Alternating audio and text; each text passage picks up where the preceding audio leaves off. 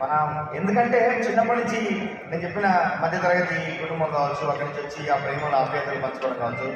మా అమ్మ ఏదన్నా ఫంక్షన్లకు వెళ్తే, పెళ్ళిళ్ళకి వెళ్తే, ప్రబోజనాలు అనేవాళ్ళు.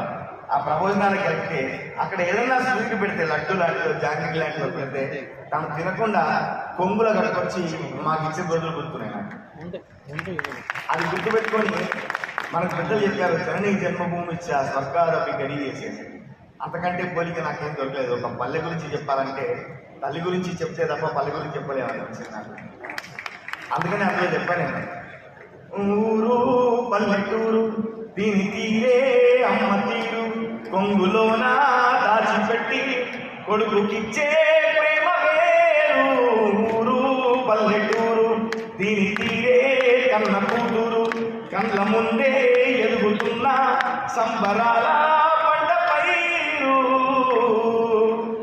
100 గడపల అందన పల్లె, గోడగట్టని గూడున పల్లె, చెరువుల తుల్లేని చెల్ల పల్లె. రామ రామ రామ రామ మామ బావ బాబు అత్త వరసల్లే, ఊరంత చుట్టాల ముళ్ళేన పల్లె, దారంలో ఒదిగిన పూల దండల్లే, రంగుల సిటీ పల్లె అని పల్లె